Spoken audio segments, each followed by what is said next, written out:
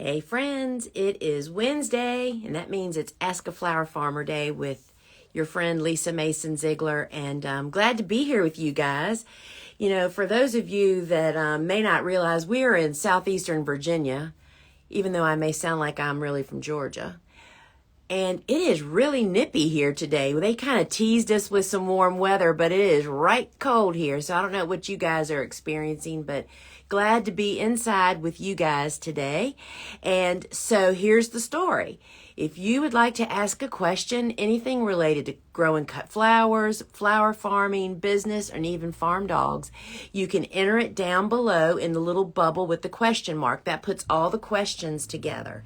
And that way I don't miss your question by looking through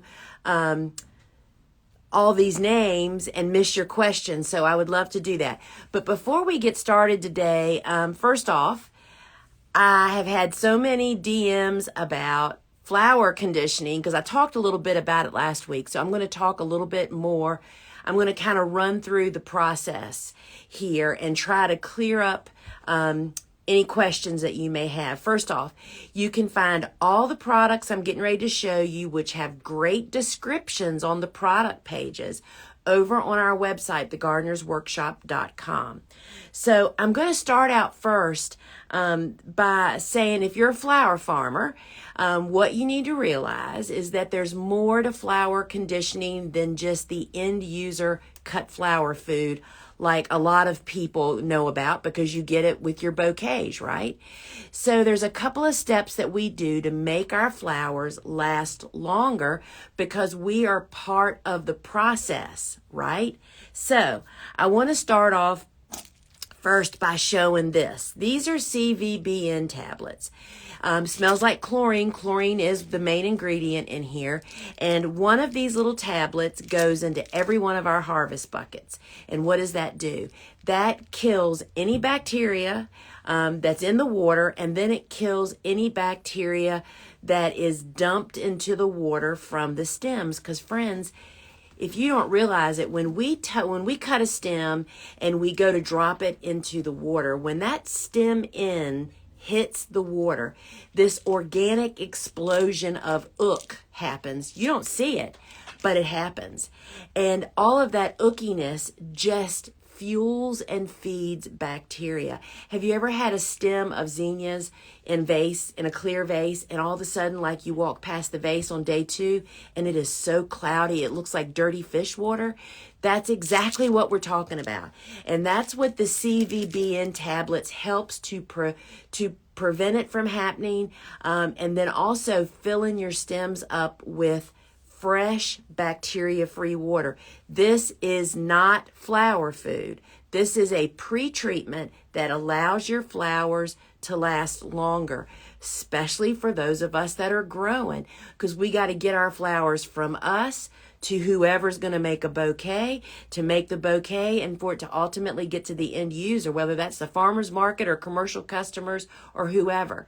So CVBN tablets, and you can buy, there's like twin sets over on, you can buy 2 together and get a little bit of a discount. So this kills bacteria. So the other special pre-treatment that we only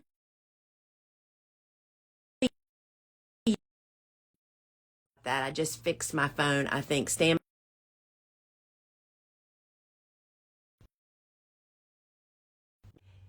that's a pre-treatment. What else is a pre-treatment is quick dip.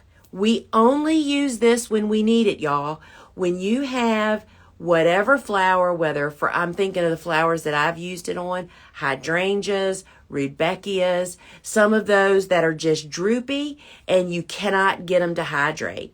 I always give my flowers that go through my normal process overnight. So we harvest, let's say this morning, and we wouldn't be typically doing anything with them until tomorrow morning. And so we give them overnight. Tomorrow morning, if they're still droopy, you've got to do something. Then your process is not going to fix it.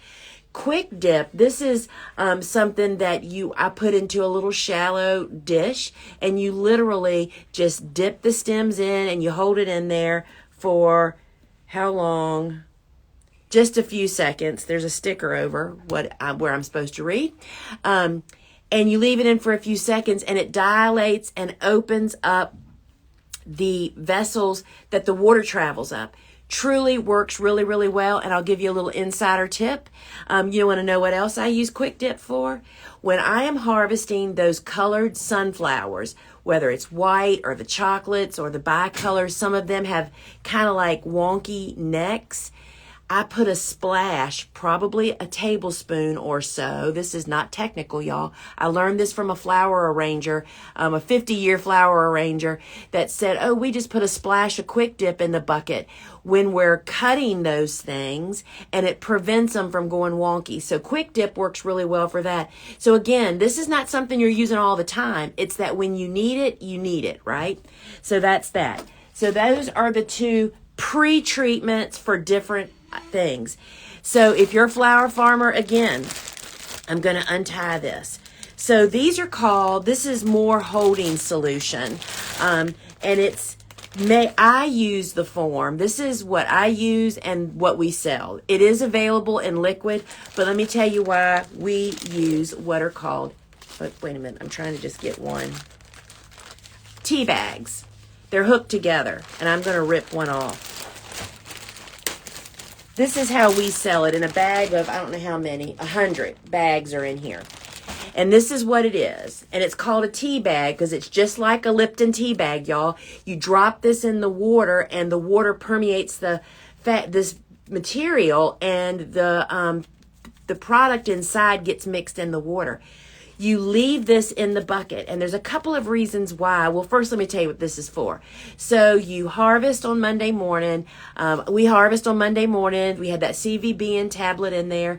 For that tablet to work properly, the flowers need to sit in it for at least 4 hours, but you can leave them in there for up to 72 hours. That means you don't have to do anything special. You just, when you get to your next step, you go to your next step. For me, the next morning is when we would pack Florist buckets. And so we pack our Florist buckets. We get their orders together. We fill the buckets with the proper amount of water. We measure, and we drop one of these into every bucket. This is for a gallon of water. And what that does is it continues what the tablet started. It's got biocide in it. And it's got a pH balancer, which keeps the vessels open and water going up. And it also doesn't have a lot of flower food. You know, the packet that you give to your customers to take home, that's like a high dose of flower food. When I mean food, like sugars, things that the flowers need. This just has a minute amount because we don't want the flowers to move really, really quickly, right? So this is what we call holding solution. We leave this floating in the bucket because guess what? When your customer is taking those flowers out of that bucket that I left with them, they say, oh, look, what is that? Wow, they really do use flower food. This is, shows that you're doing what you're supposed to do, right? So this is a flower farmer use product. The end user does not need this, right? Then the products that most people are familiar with is the flower food, right? This is what we put on our bouquets to go home. The flower food has more of that biocide to kill bacteria, which is what takes our flowers down, has that pH balancer, and it has the food that it needs to actually keep the blooms happy and healthy. So this is what we send home. This is what goes in the vase, where whoever's filling the vase up is who needs to have this. For us, we rubber banded it to our bouquets, whether it be a supermarket, farmer's market, members only market, right? And so this is a product that we've brought back. So this is flower food, especially for those flowers that are grown from bulbs. We're talking tulips, daffodils, dahlias, anything that tuberoses. All of those flowers have a little extra special need. I don't know if you've noticed, but a lot of times their foliage will get really faded looking. The blooms will get faded. This is flower food with an added extra hormone. If I'm doing a mixed bouquet and it has lilies in it or dahlias in it or tulips in it, then it gets bulb flower food. This does not hurt regular flowers. It just has an additional product. So you'll find all of these, and the list of what they're for over on our website. And I understand it's really crazy, but here it is in a nutshell, friends. CVB and tabs go in our harvest buckets. Those flowers that the next day are going to our florist would get holding tea bags in it to go to that shop with that tea bag in there. When we make bouquets, we make our bouquets and we rubber band the appropriate flower food. If we have a bulb grown flower in that mixed bunch that week, they would get the bulb fresh flower food. I mean, and frankly, if you just want to buy one, I'd buy the bulb flower food because it's got flower food plus the bulb hormone, right? So that's the skinny on that. And we've got a bunch of questions now, and I'm going to get down to business here. All right. My amaranth leaves are being eaten by a swarm of flying insects. Should I use neem oil on these leaves? Well, let me tell you, we do not grow amaranth for this very reason. There's a really good chance, first off, you have to identify what's eating them. It's highly likely that it's a beetle. Cucumber beetles, all the species tend to eat them alive. We actually inundated our farm with cucumber beetles by growing so much amaranth. We haven't grown amaranth now for probably 4 years, and our cucumber beetle population is much down. I don't know, you're not going to probably have much success with that, with just spraying neem potentially, because they're really, really hard to kill. That's why we don't treat for anything on our farm. Amaranth is a beautiful flower, but it's not beautiful enough to bring insects into my farm. The first step I would recommend to you is you need a 100% definitive diagnosis of what bug it is. Whether you find one on a leaf, go out there with a plastic bag and try to bag a couple of them and get an ID from your local extension agent or office. The master gardeners that are at the extension office are just waiting to help you figure that out. But frankly, I don't think it's a real successful game to treat if it's actually cucumber beetles. That's when we make choices about what flowers we grow. When we have a crop that is really attracting a specific bug, it's no longer on our, that helps us make our choices. So sorry about that. Amaranth is beautiful, but it attracts a lot of insects. Does the bulb flower food apply to tubers? Yes. So dahlias, anything that grows from anything other than a root. You know what I mean? It just that additional hormone. And I learned so much from Gay Smith, who was the sales rep with Chrysol for years. We lost Gay about, 4 years ago, lost her to cancer. She was a really good friend. I learned so much about flower conditioning from her. And anyway, it gives me goosebumps just talking about Gay. But yes, anything that grows from anything other than a root needs the bulb food. And thank you for asking that. And you'll find all of those over at thegardenersworkshop.com. As a temporary measure, can I put white vinegar in my water buckets to control bacteria while I cut? I have no idea. That sounds like a science experiment, and I would not risk my flowers doing that. You'd be better off to do nothing until you get CVB in tablets. And, friends, it's like there is literally billions of dollars of research through all these years behind these products. That's why, yes, there's a lot of great homemade remedies for people that want to do that. First off, the day you start a business, you can no longer dabble in that kind of stuff. They aren't stable. Home remedies typically only are stable for like 4 to 12 hours at the most, meaning you have to constantly refresh it. All of these products, when you look at the big picture, are fairly inexpensive per end product that you sell, and they have the science behind them. So I would do nothing until you can get your hands on some of that. So if we're doing roadside stand sales, mixed bouquets, which solution would go into the bucket? Good question, Union Mill. Thank you for that question. So while any buckets that are yours, that flowers are sitting in for any length of time, like more than overnight, should have holding solution. So you're exactly right.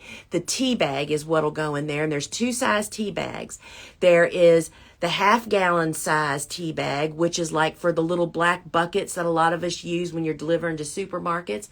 But when you use the 5-gallon buckets that have a gallon of water in them, you get the gallon size. So there's 2 size tea bags. Be sure that you get the appropriate size for the size bucket. Display buckets, commercial customer buckets, all get holding tea bags. Any special tips on getting Celosia to germinate? I soil block, warm room, and heat mat. I know in your class you said Celosia loves soil blocks. I'm not sure what I'm doing wrong. So, good question, Floral Reg Farm. So we just germinated a boatload of Celosia. And what Celosia, just like snapdragons, are surface sown seeds, meaning the seeds are firmly seeded on the surface of the soil block. And then you need to retain moisture on the surface. I don't know if you are, we don't use domes or plastic on our trays just because it just can really be the breeding ground for fungus and disease. We use what's called wide weave burlap, which we just lay right on top of the blocks. You remove it to water, but it allows air circulation. However, it traps enough moisture to help keep the surface moist. And so I don't know what your conditions are there, but it is moisture on the surface and keeping it moist. So if you're having that trouble, I would say that potentially to maybe mist on maybe at the middle of the day. And the other thing is, I don't know if I would say you're probably a commercial grower. And if you went through flower farming school, that is one step to a germination chamber, which I teach about in flower farming school, that really does great. I don't do cool flowers in a germination chamber, but warm season tender annuals, most of them, and Celosia, it is at the top of that pile because it's nothing but a steam bath. It really germinates Celosia really, really well. So that may be something that you want to consider looking into if you're a flower farmer. It just allows you to start a lot more seeds at one time, but it is really great for surface sown seeds. Do you find that Bio 360 breaks down fast enough to turn a bed 2 times in a growing season? Oh yeah. I mean, that's kind of our goal, is to get at least 2 turns out of a bed. And so like the beds we're making right now, let's think about this. So the beds we just made and are starting to plant now, which would be our first warm season tender annuals, typically many of them potentially would be torn down in July probably, maybe in August. And that's turned in. And as I've shared with people before, I mean, first off, I would love for you all to come to our open farm, which is May 7th, once a year, to see Bio 360 in action. We turn it in. We bush hog the vegetation, then we till the entire bed so we can rebuild another one. You do not find Bio 360 blowing around my farm. You don't find pieces of it. You might find a couple pieces the day that we did it, or if I tore down a bed really early. But here where I am in the Mid-Atlantic, we find, I think they actually say on the product that it's 4 to 6 months. We have definitely had it last longer than that, but when it comes time to break it down, it just amends right into our soil. So we just don't have a problem with that. And actually, 2 turns for a bed is kind of my goal. Hunt country flowers. If you're going to hoop and cover, is it okay to plant out warm season tender annuals such as tomatoes and zinnias when the soil temperature is 55? Is 65 the temperature when you can safely plant out warm season tender annuals like buckwheat without protection? So that's a great question. First off, I don't talk in soil temperatures because so many people don't have so I just got past a secret. Y'all are going to be the first ones to hear about it, but I'll tell you after I finish answering this question. Oh, I thought my sister wanted to tell me something. I don't talk in soil temperatures because most people do not have soil thermometers. So I talk in air temperatures, which convey to soils. You know what I mean? The state of the soil. We recommend not planting warm season tender annuals, whether it's cover crop like buckwheat or zinnias and tomatoes, outdoors without protection until nighttime temperatures are over 60 to 65, so really 65 degrees, and holding for at least 2 weeks. But if you're going to hoop and cover like we did, we planted our marigolds and cosmos out, and they've gone through a couple of chilly nights, high, mid 50s, low 50s, 40s. Because here's the problem, y'all, is that if you're going to plant out early, you really want to get early flowers. That's the point, right? So why not give all the pieces that you need? So we did hoop and cover, and so those nighttime temperatures. But if you want to just plant tomatoes out in the garden, or warm season flowers, or buckwheat, we're looking for, when it's at 65 at night and holding, the soil is warming up to where that temperature needs to be. So I hope that answers your question there. So I'm just going to share this with you guys. So we have just put live on the website, and we do have limited quantities of this, is why I'm kind of saying it. Is I have created a new kit of a 50-foot cut garden kit to go.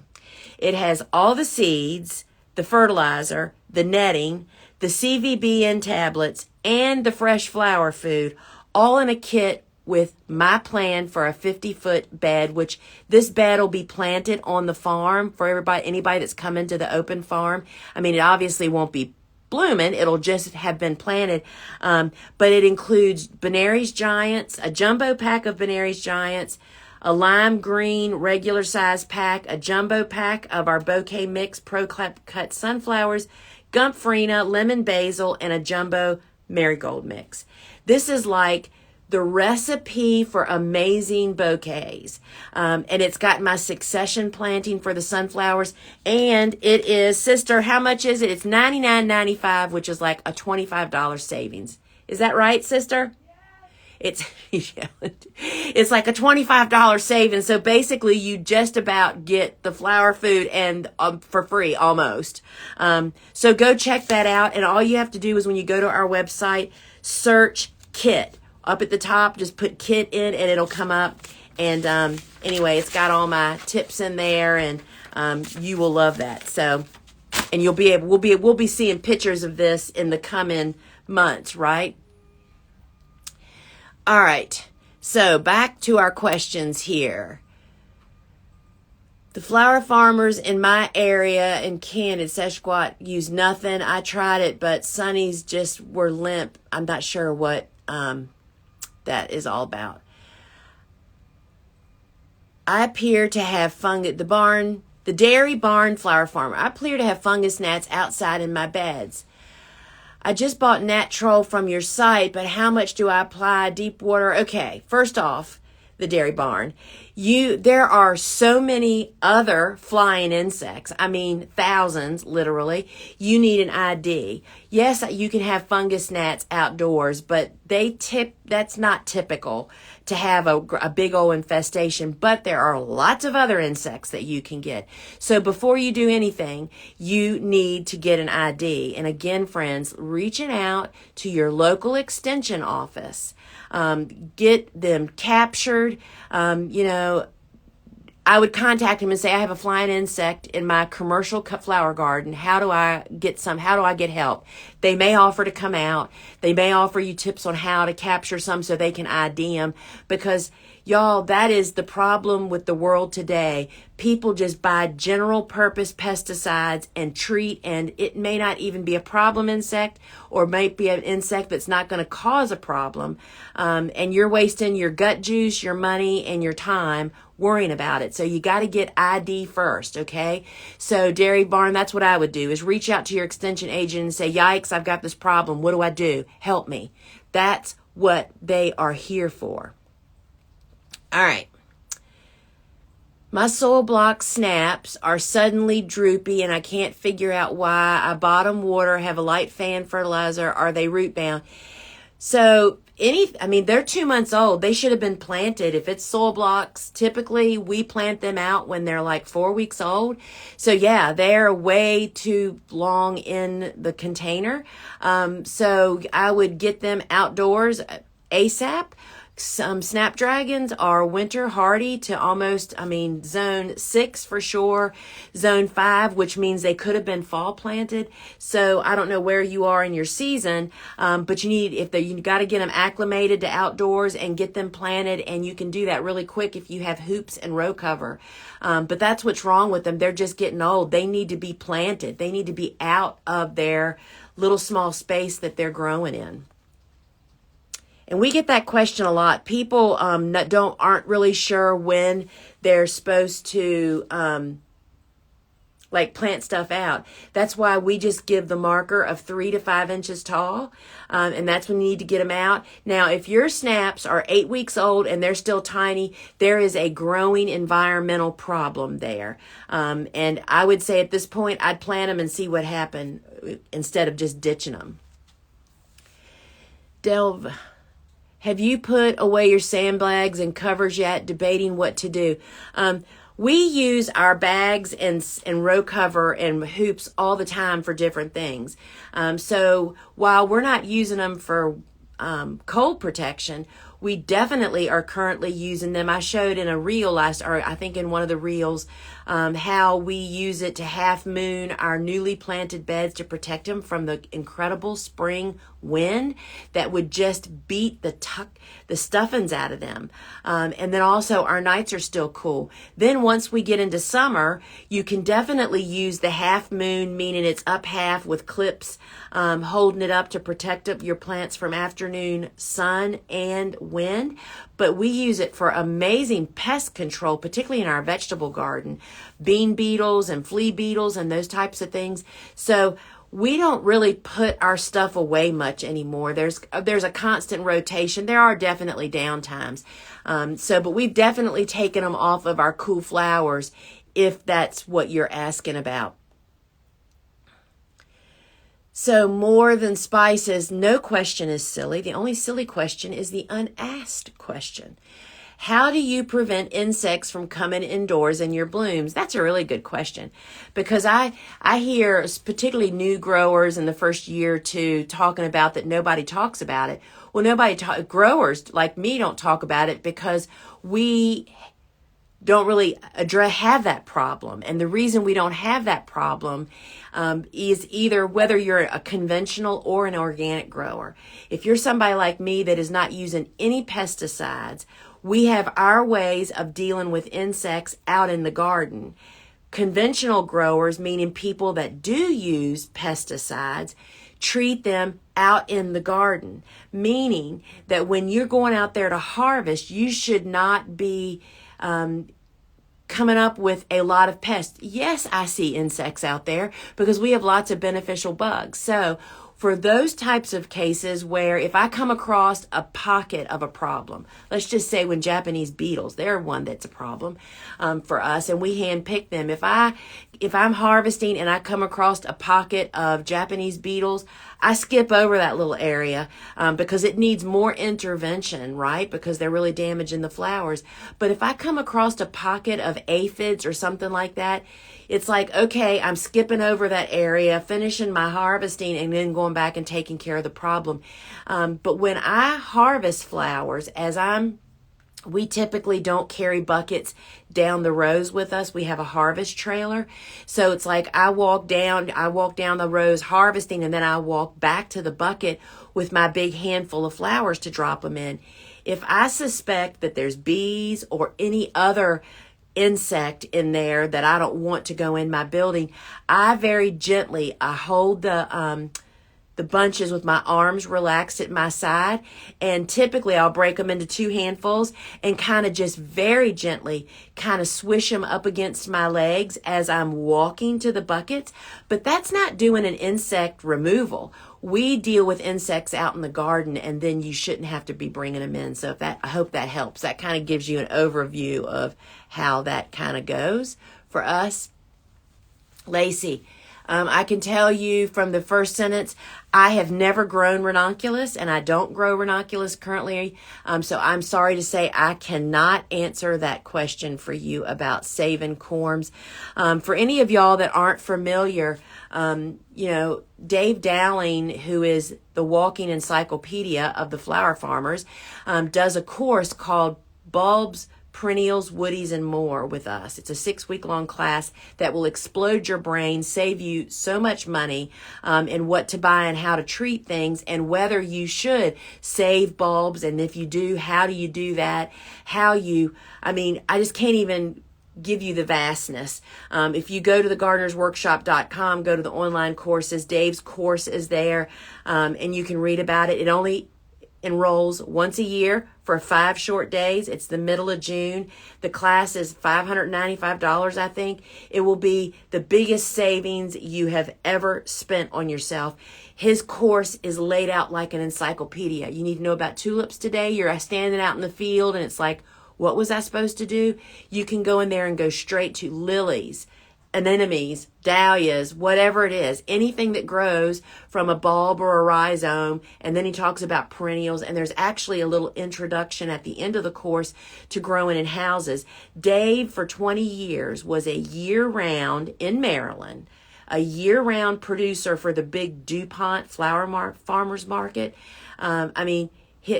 So people are starting to chime in here. Strawberry Hill, Dave Dowling's class is awesome. I get goosebumps talking about it because let me tell you something, people. You don't know what you don't know. And every time I'm getting ready to schedule some podcasts with Dave, getting ready for his course, every time I talk to Dave, he's one of my best friends, I learned something. Go listen to our podcast. He and I did a podcast on snapdragons and Lysianthus at the Field and Garden podcast, my podcast. He will blow your mind up. And that's what it is. So you need to check out Dave. And it's over. The Gardener's Workshop is where you'll find it hosted.com. Get on his wait list. That means we'll send you emails with when the registration opens. So sorry to go down that rabbit hole. Let's see what other question we have here. And so we encourage our students to reach out and say, hey, I'm one of his students. Ask me anything. We have nothing to hide, y'all. Our courses are all about where the rubber meets the pavement. They're taught by seasoned professional growers that have done it. Many of them are still doing it. And it's just, you just can't realize the vast amount of information you will get. Let's see. I'm not answering anything about bulbs. So here's when it's after 12. Vining flowers recommended for clay soil and potential frost in May and September. I'm sorry, I don't think I understand what your question is there. If you want to catch me. So I want to tell you guys that at 1 o'clock, I am being joined over on Clubhouse with Janice Harris. She's a Canadian grower from Ontario. We're talking about northern growing. We're getting lots of questions. I know that you guys that live in the north are suffering right now, seeing all of us southerners planting and stuff blooming. And so we're going to talk to Janice about some of the challenges and how she does it. So join me over there, and if we have time, we'll address even more questions. So let's see. So this question from 5B in Colorado, where'd it go? There it is. 5B Colorado, seeded sweet peas, but not sure if they can make it through snow in May. Any tips? Sweet peas are actually more cold tolerant than we give them credit for. I have no idea if they will germinate outside in those kind of conditions, but that would be a great question to bring over to Clubhouse, which is just another phone app, y'all, and ask Janice. We can ask her about that, but I'm pretty sure she plants transplants.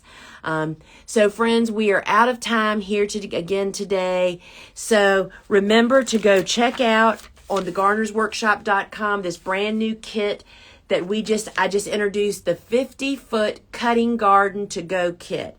It has all the seeds you need for that 50 foot has the fertilizer that I use, the netting, the CVB in tabs, the fresh cut flower food, and it's like a $20-some savings when you buy the kit. It has a diagram on the back, and then it is full of my tips on what to do and how to plant it. And I mean, this would be a great Mother's Day gift if you have a mom that's quite a gardener. And so you'll find all that mess over there. And again, friends, we have people coming from all over the country to our May 7th open farm. It only happens once a year, and we would love our farm and this warehouse are both open. They're about 4 miles apart here in Newport News, Virginia. On the homepage of the Gardener's Workshop, right there, it has a block you can click on to go to all the information, airports, hotels.